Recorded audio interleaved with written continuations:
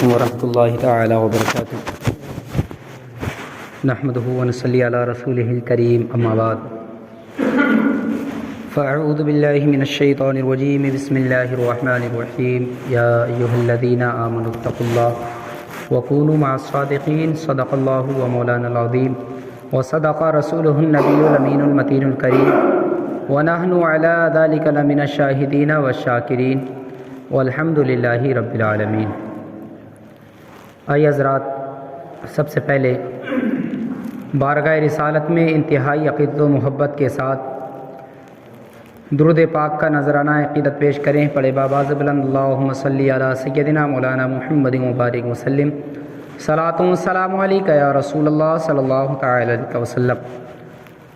ایک مرتبہ ایمان کی تازگی کے لیے، ایمان کو تازہ کرنے کے لیے کلمہ شریف کا ورد کریں۔ پڑھے باواز بلند لا الہ الا اللہ محمد رسول اللہ صلی اللہ تعالی علیہ وسلم۔ پیارے آقا صلی اللہ تعالی علیہ وسلم ارشاد فرماتے ہیں کہ قیامت کے دن اللہ تعالی تین بندے کو اپنے عرش کا سایہ نصیب فرمائے گا۔ جس دن اللہ کے عرش کے علاوہ کوئی سایہ نہیں ہوگا، جو قیامت کا دن ہوگا، جو 50,000 سال کا دن ہوگا، جس دن نفسی نفسی کا عالم ہوگا، تو اس دن اللہ تعالیٰ جب کہ سورج سوا نیزے پر آ جائے گا، زمین تانبے کی ہو جائے گی، تو اس دن حضور فرماتے ہیں کہ اللہ تین بندوں کو اپنے عرش کا سایہ نصیب فرمائے گا۔ ایک وہ انسان کہ جو دنیا میں رہ کر کسی مسلمان بھائی کی حاجت کو، ضرورت کو پورا کر دیتا ہے، اللہ تعالیٰ قیامت کے دن اس کو اپنے عرش کا سایہ نصیب فرمائے گا۔ سبحان اللہ۔ یعنی دنیا کے اندر کسی ضرورت مند کی ضرورت کو پورا کر دینا، تو حضور فرماتے ہیں کہ اللہ کو یہ عمل اتنا پسند ہے کہ جس دن کوئی سایہ نہیں ہوگا، اللہ اپنے عرش کا سایہ نصیب فرمائے گا۔ اور نمبر 2، حضور فرماتے ہیں کہ جو میری سنت کو زندہ کرنے والا ہے، اس کو بھی اللہ اپنے عرش کا سایہ نصیب فرمائے گا۔ اور تیسرا نمبر پر حضور فرماتے ہیں کہ جو مجھ پر کثرت کے ساتھ درود پاک پڑھنے والا ہے، اللہ تعالیٰ قیامت کے دن اس کو بھی عرش کا سایہ نصیب فرمائے گا۔ سبحان اللہ۔ تین بندے ہیں، تو اس اپنے آپ کو ان تینوں کی لسٹ میں شامل کرنے کی کوشش کریں۔ دیکھیں کسی مسلمان بھائی کو ضرورت ہے، اس کی ضرورت پوری کریں۔ کس کے لیے؟ یہ نہیں کہ لوگوں کو دکھانے کے لیے کہ بھئی لوگ دیکھیں تو کہیں ارے بھائی انہوں نے تو ان کی مدد کی تھی، ان کو ضرورت تھی، ضرورت پوری کرتی۔ نہیں، مقصد یہ ہونا چاہیے کہ اللہ راضی ہو جائے، عرش کا سایہ نصیب ہو جائے۔ حضور کی سنت کو دیکھیں کہ جو حضور کی سنت ہے اس کو اپنانے کی کوشش کریں، اور پھر جب بھی وقت ملے اپنی زبان کو حضور پر درود پاک پڑھ پڑھ کر کے آئے، اس کو تر و تازہ رکھنا چاہیے۔ درود پاک پڑھیں، صلی اللہ علی نبی الامی والہ صلی اللہ تعالی علیہ وسلم، صلاۃ و سلام علیک یا رسول اللہ صلی اللہ تعالی علیہ وسلم۔ حضرات، یہ رجب کا مہینہ چل رہا ہے، اور یہ مہینہ ان مہینوں میں سے ہے کہ چونکہ سال کے 12 مہینے ہوتے ہیں، اور ان 12 مہینوں میں 4 مہینوں کو بڑی فضیلت حاصل ہے، ذی قعدہ، ذی الحجہ، محرم، اور ایک رجب کا مہینہ۔ ان مہینوں کو بڑی فضیلت حاصل ہے، اور اس رجب کے مہینے کو دیکھا جائے تو اس رجب کے مہینے میں بہت ساری بزرگوں کی یادیں تازہ ہوتی ہیں۔ نمبر 1، جب مہینہ شروع ہوتا ہے تو چھٹی کو دیکھیں۔ 6 تاریخ کو غوث غریب نواز رحمۃ اللہ تعالی علیہ کی چھٹی مبارک ہے۔ 6 تاریخ کو غریب نواز کا عرس ہوتا ہے۔ 15 تاریخ آ جائے رجب کی تو حضور سیدنا امام جعفر صادق، جس کو کنڈے کی فاتح کے نام سے یاد کیا جاتا ہے، وہ بھی ہمارے یہاں منایا جاتا ہے۔ 22 تاریخ کو دیکھا جائے حضرت امیر معاویہ رضی اللہ تعالی عنہ، ان کا عرس پاک ہے۔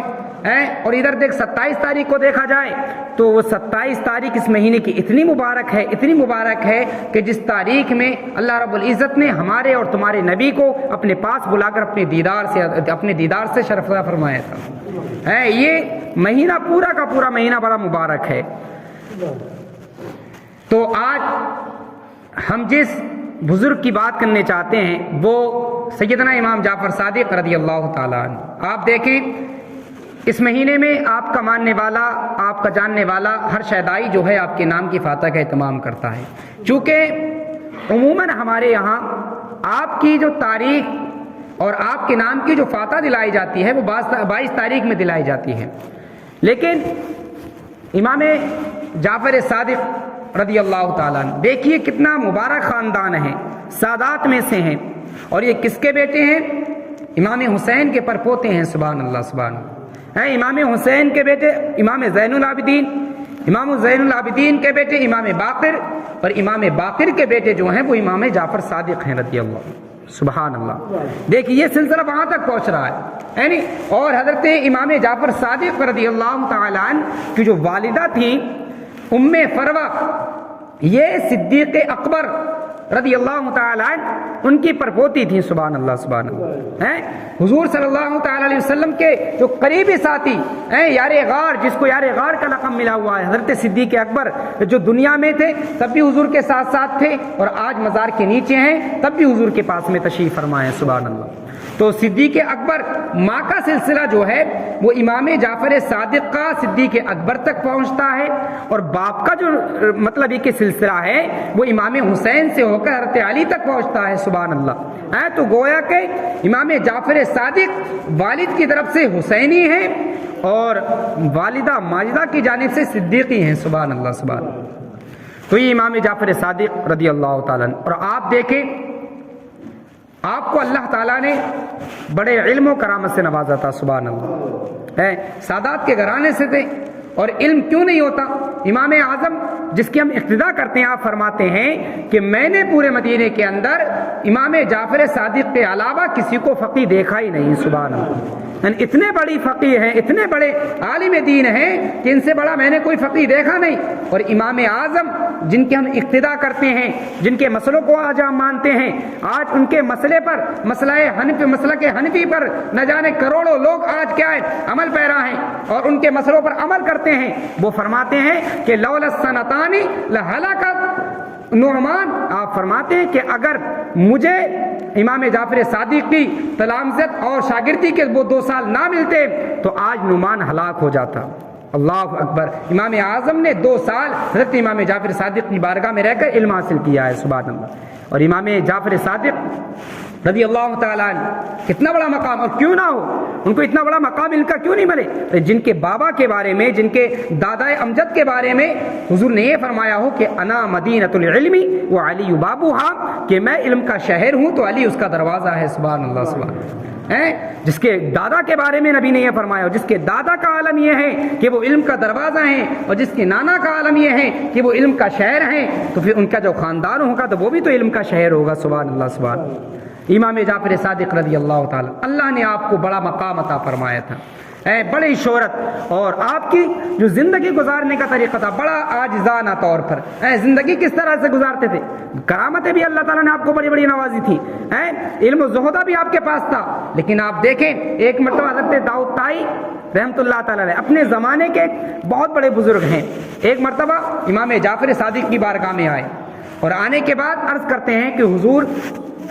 آپ مجھے کچھ نصیحت فرمائیے۔ تو آپ نے فرمایا حضرت امام جعفر صادق رضی اللہ تعالیٰ نے کہ تم تو خود اپنے زمانے کے ایک زاہد ہو، تم زاہد زمانہ ہو، اپنے زمانے کے ایک بہت بڑے پرہیزگار انسان ہو، میں تمہیں کیا نصیحت کروں؟ تو حضرت داؤد طائی نے کہا حضور آپ کا اہل بیت سے ایک نسبت ہونا، آپ کا رشتہ ہونا، آپ کو تو بزرگی حاصل ہے، اور آپ کو اہل بیت سے نسبت کی وجہ سے آپ پر ضروری ہے کہ آپ ہمیں نصیحت کریں۔ آپ نے فرمایا کہ اے ابو سلیمان، آپ کی جو کنیت تھی حضرت داؤد طائی کی وہ ابو سلیمان تھی، آپ نے کہا کہ اے ابا سلیمان، مجھے خود اس بات کا خوف ہے کہ قیامت کے دن میرے نانا میرا ہاتھ پکڑ کر مجھ سے یہ نہ پوچھ لیں کہ بتا بیٹا تو نے ہی میری سنت پر عمل کیوں نہ کیا، آج میں خود اپنے اعمال پر کیا شرمندہ ہوں۔ حضرت داؤد طائی نے جب اتنا سنا رونے لگے، روتے روتے کہا کہ بتائیے یہ جس کا نسب کا عالم یہ ہے کہ جس کا نانا حضور صلی اللہ تعالی علیہ وسلم ہے اور جس کی ماں فاطمہ الزہرا ہیں کہ جو سجدے میں سر کو رکھتی ہیں تو پوری پوری رات اللہ کی عبادت میں گزار دیتی ہیں، اور جن کا عالم یہ عبادت کرنے کا ہے دعا یہ کرتی ہیں کہ اے پروردگار عالم کوئی رات اتنی لمبی کر دے کہ تیرے پیارے رسول کی پیاری بیٹی دل کھول کر کے سجدہ کر سکے، تیری عبادت کر سکے، جن کی ماں کا یہ عالم ہے، جن کے نانا کا یہ عالم ہے کہ پوری زندگی اللہ کی عبادت میں گزار رہے ہیں، ہیں جن کی نانا کا عالم یہ ہے کہ قیامت کے دن آپ کی شفاعت کے ذریعے لوگ جنت میں جائیں گے، لیکن وہ فرما رہے ہیں کہ مجھے تو خود خوف ہے کہ قیامت کے دن نہ جانے میرا کیا عالم ہوگا۔ کبھی میرے نانا جان نے مجھ سے یہ پوچھ لیا بتاؤ کہ تم نے میری سنت پر کتنا عمل کیا ہے، تو میں کس قدر اس کا جواب دوں گا، میں اپنے نانا کا کس طرح سامنا کروں گا۔ آپ فرماتے ہیں کہ قیامت کے دن معاملہ نسبت کی وجہ سے نہیں ہے، بلکہ قیامت کے دن کا جو معاملہ ہے وہ اعمال صالحہ کے ذریعے ہے، نیک اعمال کے ذریعے ہے۔ جس نے نیک اعمال کیے ہوں گے اس کے لیے مغفرت رکھی گئی ہے، اور جس نے نیک اعمال نہ کیے وہ نسبت کی وجہ سے نہیں بخشا جائے گا۔ اللہ اکبر۔ حضرت داؤد طائی کہتے ہیں میں رونے لگا اور میں نے سوچا کہ جب یہ سادات کے گھرانے کا یہ عالم ہے کہ اتنے بڑے متقی ہونے کے ساتھ ساتھ یہ ان کا یہ عالم ہے کہ آپ کہتے ہیں کہ مجھے خوف ہے، تو میری تو کون سی قطار میں، میری کون سی مطلب یہ کہ لائن میں گنتی ہو سکتی ہے۔ آپ رونے لگے اور آپ خاموش ہو گئے، کہا کہ بس میرے لیے یہی بہت بڑی نصیحت کی چیز ہے۔ اللہ اکبر۔ اب دیکھیں تو صحیح، آج ہم ان کی تاریخ، آج ان کے نام کی نظر و نیاز کرتے ہیں، لیکن دیکھیں ان کی زندگی، یہ آراز کیوں منائے جاتے ہیں، ان کے لیے نظر و نیاز کیوں دلائے جاتے ہیں، ان کی یاد تازہ کیوں کی جاتی ہے؟ یہ اس لیے کی جاتی ہے تاکہ ہم ان کی زندگیوں کو دیکھیں، نہ جانے ان کی زندگی کے کسی پہلو پر ہم عمل کر سکیں، ہم دیکھیں کہ انہوں نے زندگی کیسے گزاری ہے۔ امام جعفر صادق آپ کے بارے میں آتا ہے کس قدر سے عاجزانہ طور پر اور انکساری کے طور پر زندگی گزارتے تھے۔ ایک مرتبہ آپ بیان فرماتے ہیں کہ میں لوگوں کے درمیان بیٹھا تھا، کسی بزرگ کا بیان ہے کہ آپ اپنے مریدوں کے پاس بیٹھے تھے اور آپ نے کہا کہ چلو ہم آج آپس میں ایک بیعت کرتے ہیں، آج ایک بیعت یہ کرتے ہیں کہ قیامت کے دن جو بخشا جائے گا وہ اپنے ساتھیوں کی بخشش کرائے گا۔ سبحان اللہ۔ آپ فرماتے ہیں کہ آپس میں بیٹھے ہوئے تھے، مرید بھی بیٹھے ہوئے تھے، کہا چلو آج ایک بیعت کرتے ہیں ایک دوسرے کے اور عہد کرتے ہیں کہ قیامت کے دن ہم میں سے جس کی پہلے بخشش ہوگی وہ ہم میں سے بعد والوں کی بخشش کرائے گا۔ تو کسی نے کہا حضور آپ تو اہل بیعت میں سے ہیں، آپ کی بخشش کا کیا معاملہ، آپ تو بخشے ہیں، آپ کے نانا جان شفاعت کریں گے، آپ تو جنت میں چلے جائیں گے۔ ہم نے فرمایا کہ اعمال کی نسبت کی وجہ سے کسی کو کوئی فضیلت حاصل نہیں ہے، بلکہ مجھے تو خود شرم آتی ہے، میں تو خود سوچتا ہوں اپنے بارے میں کہ میرے اعمال تو اس قابل نہیں ہے، میں اپنے نانا جان کا قیامت کے دن کس طور پر سامنا کروں گا، کس منہ سے میں اپنے نانا کا سامنا کروں گا۔ میرے نانا جان نے پوچھ لیا کہ بیٹے تم نے میری سنتوں پر کتنا عمل کیا، تو میں کیا جواب دوں گا۔ اللہ اکبر۔ آپ دیکھیں یہ سادات کا گھرانہ ہے جن کے نانا جان، جن کے دادا نے اپنے سر کو اسلام کے جھنڈے کو بلند کرنے کے لیے کربلا کی زمین میں دے دیا، لیکن آپ دیکھیں قربان کر دیا، تن من دھن سارا کچھ قربان کر دیا، لیکن آپ دیکھیں پھر بھی عاجزی ان کی ساری یہ ہے کہ زندگی اس طور پر گزارتے ہیں۔ لیکن آج ہم اپنے آپ کو دیکھیں، ہمارے اعمال کیا کہتے ہیں، ہم اپنے آج دیکھیں پوری دنیا معاشرے کے اندر کس قدر کیا ہے مسلمانوں کی ذلت و رسوائی ہو رہی ہے۔ مسلمان اور اسلام کو لوگ مٹانے کی کس قدر کوشش کر رہے ہیں، اور اسلام کو کب مٹایا جاتا ہے جب اسلام کی علامتیں، اسلام کے احکام اور اسلام کی جو مین چیز ہوتی ہیں، جو شعار ہوتی ہیں، اسلام کی جو پہچاننے والی نشانیاں ہوتی ہیں، انسان سب سے پہلے ان کو مٹانے کی کوشش کرتا ہے، پھر اسلام پر حملہ کرتا ہے۔ آج یہی ہو رہا ہے پوری دنیا کے اندر۔ آپ دیکھیں کرناٹکا کا کیا عالم ہے، آج دیکھیں حجاب کے اوپر کس قدر وہاں پر ایک مہینے سے کیا معاملہ چل رہا ہے۔ یہ کیا معاملہ ہے؟ یہ ایک سازش ہوتی ہے کہ اسلام کو بدنام کیا جائے اور اسلام کو جڑ سے ختم کیا جائے، لیکن اسلام کوئی ایسے ویسے درخت کا نام نہیں ہے، وہ تو ایک ظالموں کی مکہ ہی سے دیکھا جائے جب اسلام کی شروعات ہوئی، اسلام کا آغاز ہوا تو لوگوں نے اسلام کو مٹانا چاہا، لیکن یہ اسلام وہ درخت ہے کہ جس کی جڑ تحت الثرى کے اندر ہے اور جس کے جو مطلب پھلچی ہے وہ اور جو سریا پر پہنچی ہوئی ہے، اس کو کوئی مٹا نہیں سکتا ہے۔ لیکن آج ہماری کمیوں کی وجہ سے اور آج ہمارے اعمال کی وجہ سے اسلام بدنام ہوتا ہے۔ آج ہم دیکھیں کہ لوگ ہمارے اعمال کو دیکھتے ہیں، آج ہمارے کردار کو دیکھتے ہیں، تو ہمارے کردار کو دیکھ کر ہمارے اسلام کو بدنام کرنے کی کوشش کرتے ہیں۔ لیکن امام جعفر صادق آپ دیکھیں، آپ کے بارے میں آتا کہ ایک انسان کی ایک دینار یا درہم کی تھیلی چوری ہو گئی،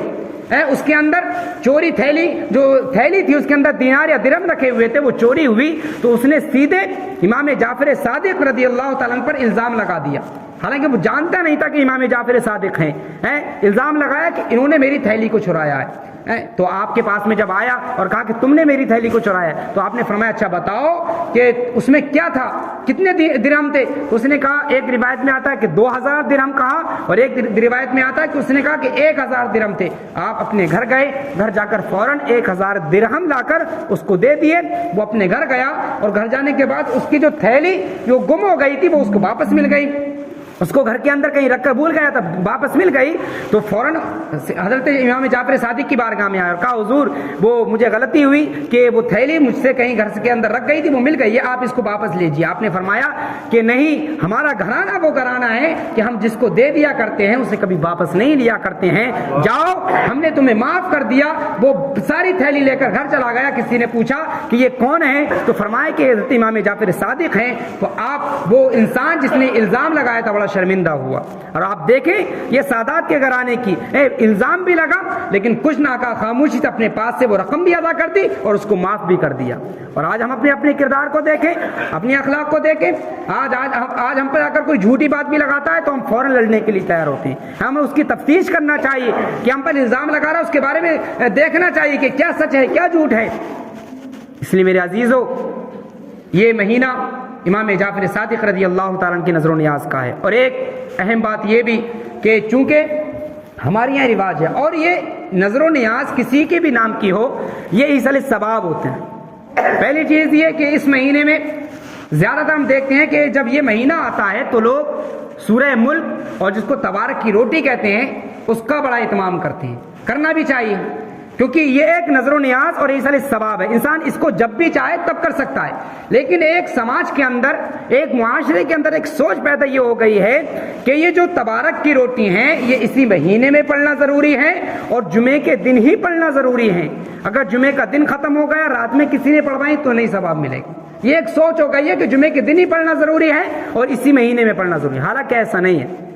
بزرگوں نے یہ طریقہ چلایا لیکن یہ بہتر اس لیے کیا گیا کہ یہ مہینے کی فضیلت اور مہینوں کے بقدر دیکھا جائے تو زیادہ ہے۔ رجب کی فضیلت دوسرے مہینوں پر اور رکھی گئی ہے، تو اس لیے جو چیز اگر زیادہ دن، یہی معاملہ جمعے کے دن کا ہے کہ جمعے کا دن تمام دنوں کا سردار رکھا گیا ہے، اور دنوں میں نیکی کرے تو 1 ثواب ملے، جمعے کے دن نیکی کرے تو 10 گنا ثواب اس کو ملتا ہے، تو اس لیے جمعے کے دن رکھا گیا کہ بہتر ہے۔ تو اگر یہ چیزیں جو ہیں، جو تبارک کی روٹی ہیں، اگر انسان جمعے کے علاوہ بھی پڑھانا چاہے تو اس کو پڑھوا سکتا ہے، اس مہینے کے علاوہ پڑھوانا چاہے اس کو پڑھوا سکتا ہے، لیکن یہ ضروری نہیں سمجھنا چاہیے کہ یہ کیا ہے، رجب کے مہینے ہی میں ضروری ہے اور جمعے کے دن ہی ضروری ہے۔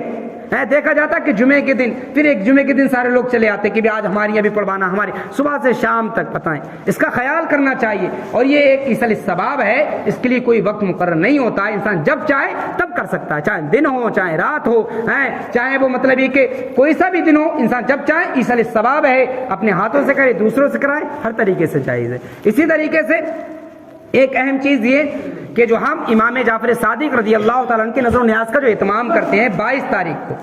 22 رجب المرجب، حالانکہ ان بزرگان دین کی تاریخ وصال میں بڑا اختلاف آتا ہے، کبھی کہیں کسی کتاب میں کچھ آیا، کسی کتاب میں کچھ آیا، لیکن زیادہ تر مشہور جو ہے، جو عوام کے اندر چلتا ہے وہ 22 تاریخ ہے۔ حالانکہ امام جعفر صادق کے بارے میں آتا ہے کہ آپ کا جو وصال ہوا ہے، ایک کتاب میں آتا ہے کہ 15 شوال کو ہوا، اور ایک کتاب میں زیادہ تر آتا ہے کہ آپ کا وصال 15 رجب کو ہوا۔ کون سی تاریخ میں ہوا؟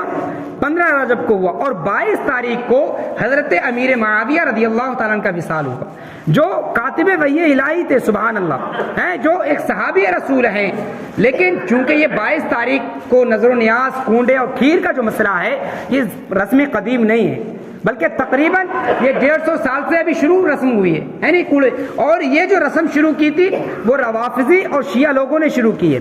نظر و نیاز کا طریقہ کیا جائے، لیکن وہ لوگ 22 تاریخ کو حضرت امیر معاویہ سے دشمنی کرتے ہیں، حضرت امیر معاویہ سے نفرت کرتے ہیں۔ حالانکہ ہمارا عقیدہ یہ ہونا چاہیے اہل سنت و جماعت کا کہ حضور کے جتنے بھی صحابہ ہیں سارے کے سارے جنتی ہیں، سب کو ماننا چاہیے۔ جہاں صدیق اکبر کو مانتے ہیں بھائی عمر فاروق اعظم کو بھی ماننا چاہیے، عثمان غنی کو بھی ماننا چاہیے، حضرت علی کو بھی مانتے ہیں تو حضرت حسن امام حسین کو مانتے ہیں تو وہیں پر حضرت امیر معاویہ کو بھی مانتے۔ لیکن آج یہ دور ہے، کچھ لوگ آج بھی ہیں معاشرے کے اندر جو حضرت امیر معاویہ سے نفرت کرتے ہیں، معاذ اللہ، ان کو گالیاں دیتے ہیں، حالانکہ اللہ تعالیٰ فرماتا ہے وَكُلًّا وَعَدَ اللَّهُ الْحُسْنَى، اللہ نے سارے صحابہ سے جنت کا وعدہ کر رکھا ہے، سبحان اللہ۔ قرآن کا یہ عقیدہ ہے، قرآن نے یہ عقیدہ دیا کہ سارے صحابہ جنتی ہیں، ہے نہیں؟ تو سارے صحابہ کو جنتی ماننا چاہیے۔ لیکن شیعہ لوگ نفرت کرتے ہیں، روافضی جو رافضی لوگ ہوتے ہیں وہ حضرت امیر معاویہ کو غلط کہتے ہیں، ان کو گالیاں دیتے ہیں، تو ان کا یہ طریقہ تھا کہ انہوں نے 22 تاریخ کو حضرت امیر معاویہ کا جب وصال ہوا تو وہ خوشی میں وہاں پر کھیر پوری بنایا کرتے تھے، خوشی میں انہوں نے یہ کرنا شروع کیا اور 22 تاریخ کو اس کا نام دے دیا حضرت امام جعفر صادق کی فاتحہ۔ حالانکہ جس بزرگ کی جو تاریخ وصال ہے اگر اسی میں اس کا فاتحہ کا اہتمام کیا جائے تو زیادہ بہتر ہے، لیکن اگر کسی اور بھی چیز اگر کسی اور تاریخ میں بھی کیا جائے تو اس میں کوئی قباحت نہیں، جب چاہے انسان کر سکتا ہے۔ میں نے پہلے ہی کہا کہ نظر و نیاز جب چاہے تب کرنا بہتر ہے، لیکن جس بزرگ کے نام کی فاتحہ دلایا جائے اگر اسی کی تاریخ وصال میں دلائی جائے تو یہ زیادہ بہتر ہے۔ تو چونکہ حضرت امام جعفر صادق کے بارے میں زیادہ تر قول 15 رجب کا آتا ہے کہ آپ کی تاریخ وصال 15 رجب کی ہے نہیں، تو اس تاریخ کا اہتمام کرتے ہوئے زیادہ بہتر تو یہی کہ 15 تاریخ کا اہتمام کیا جائے، اور اگر 22 تاریخ میں بھی کوئی اہتمام کرتا ہے تو کرے، لیکن اس دور میں اس وقت میں ان سارے بزرگان دین، حالانکہ اہل سنت و جماعت میں تشبہ جو ہوتا تب ہوتا ہے جب انسان اس کی نیت کرے،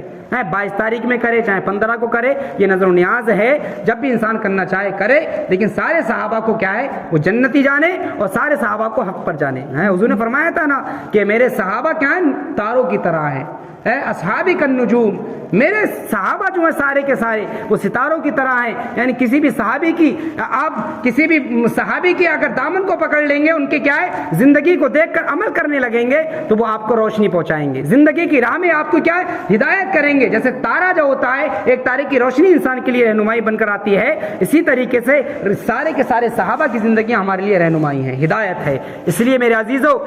اپنے آپ